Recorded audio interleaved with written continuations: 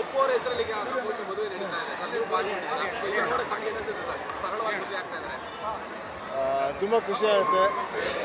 ಒಂದು ಮದುವೆ ಅಂದಮೇಲೆ ಅದು ಸಾಕಷ್ಟು ಖರ್ಚುಗಳಿರುತ್ತೆ. ತುಂಬ ಜನ ಸಾಲ ಮಾಡ್ಕೊಂಡು ಮದುವೆ ಆಗ್ತಾರೆ. ಅದೊಂದು ದಿನಕ್ಕೆ ಇಡೀ ಲೈಫಲ್ಲಿ ಅದನ್ನ ಆ ಸಾಲನ ಅದಕ್ಕೆ ವಾಪಸ್ ಕಟ್ಟೋದ್ರಲ್ಲೇ ಹೊಟ್ಟೋಗ್ಬಿಡುತ್ತೆ. ಸೊ ಅದರಲ್ಲಿ ಈ ಥರ ಒಂದು ವಿಧಾನದಲ್ಲಿ ಮದುವೆ ಆಗೋದು ತುಂಬ ಒಳ್ಳೇದಂತ ಅನಿಸುತ್ತೆ.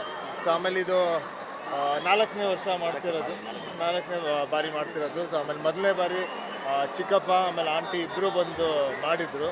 ಸೊ ಈ ಸಲ ನನ್ನನ್ನು ಕರೆದಿದ್ದಾರೆ, ತುಂಬ ಖುಷಿ ಆಗುತ್ತೆ.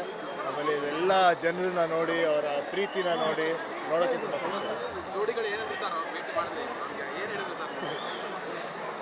ನನಗೆ ಹೇಳ್ತಾರೆ ಕಂಗ್ರ್ಯಾಚುಲೇಷನ್ಸ್, ಆಲ್ ದಿ ಬೆಸ್ಟ್ ಅಂತ ನಾನು ಹೇಳಿದ್ದೀನಿ. ಅವರು ಖುಷಿಪಟ್ಟರು. ಮೋಸ್ಟ್ಲಿ ಬೆಳಿಗ್ಗೆಯಿಂದ ಕೂತು ಸುಸ್ತಾಗಿರ್ಬೇಕು, ಅವರು ಊಟಕ್ಕೆ ಹೋಗಿ ಕಾಯ್ತಿದ್ದಾರೆ.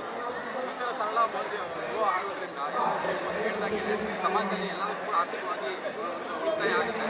ಸೊ ಏನು ಸಂದೇಶ ಆಗುತ್ತೆ? ಹೌದು, ಇದರಿಂದ ಒಂದು ಒಳ್ಳೆ ಸಂದೇಶ ಹೋಗುತ್ತೆ. ಸರಳತೆ ಎಲ್ಲರಿಗೂ ಲೈಫಲ್ಲಿ ತುಂಬ ಇಂಪಾರ್ಟೆಂಟ್ ಆದ ಒಂದು ಇದು. ಸೊ ಸರಳತೆಯಿಂದ ಮದುವೆ ಆಗಿ ಎಲ್ಲರೂ ಈಗ ಒಂದು 10 ಜನ ಮದುವೆ ಆಗ್ತಿದ್ದಾರೆ ಅಂದರೆ ಒಂದು 10 ಕುಟುಂಬ ಇರುತ್ತೆ. ಎಲ್ಲರಿಂದ ಆಶೀರ್ವಾದ ಎಲ್ಲರಿಗೂ ಸಿಗುತ್ತೆ. ಅದು ತುಂಬ ಒಳ್ಳೆಯದಾದ ಒಂದು ವಿಷಯ. Okay, thank you. Sir, Appu ಅವರ ಹೆಸರಲ್ಲಿ ಈಗ ಮದುವೆ ಆಗ್ತಾ ಇದೆ, ಅಭಿಮಾನಿಗಳು ಮದುವೆ ಆಗ್ತಾರೆ, ಏನು ಅನ್ಸುತ್ತೆ ಸರ್? ಸರ್, ಭಾಳ ಖುಷಿ. ಮದುವೆ ಮಾಡಿಸೋದು ಭಾಳ ಒಂದು ಪುಣ್ಯವಾದ ಕೆಲಸ, ಎಲ್ಲರಿಗೂ ಗೊತ್ತಿದೆ. ಅದು ಒಂದಷ್ಟು ಜನನ ಸೇರಿಸಿ ಇಲ್ಲಿ ಒಟ್ಟಿಗೆ ಒಂದು ವಿವಾಹ ಮಹೋತ್ಸವ ನಡೆಸ್ತಾ ಇರೋದು ನಮ್ಮ ರಾಜಣ್ಣ ಅವರು ಭಾಳ ಖುಷಿ ಕೊಟ್ಟಿದೆ ಸರ್ ನಮಗೆ. ಮಾಮ ಇದ್ದಾಗಲೇ ಶುರು ಮಾಡಿದ್ರದು, ಈಗಲೂ ಅವ್ರು ಮುಂದುವರಿಸ್ತಾ ಇರೋದು ನಮ್ಗೆ ಭಾಳ ಖುಷಿ ಇದೆ ಸರ್. ನಿಮ್ಮ ಕುಟುಂಬದ ಹೆಸರಿಂದ ಈಗ ಈ ರೀತಿಯಾಗಿ ಸಾಮಾಜಿಕ ಕಾರ್ಯಗಳು ನಡೀತಾ ಇದೆ, ಇದನ್ನು ತಾವು ನೋಡ್ತಾ ಇದ್ದೀರಾ ಸರ್? ಖುಷಿ ಆಗುತ್ತೆ.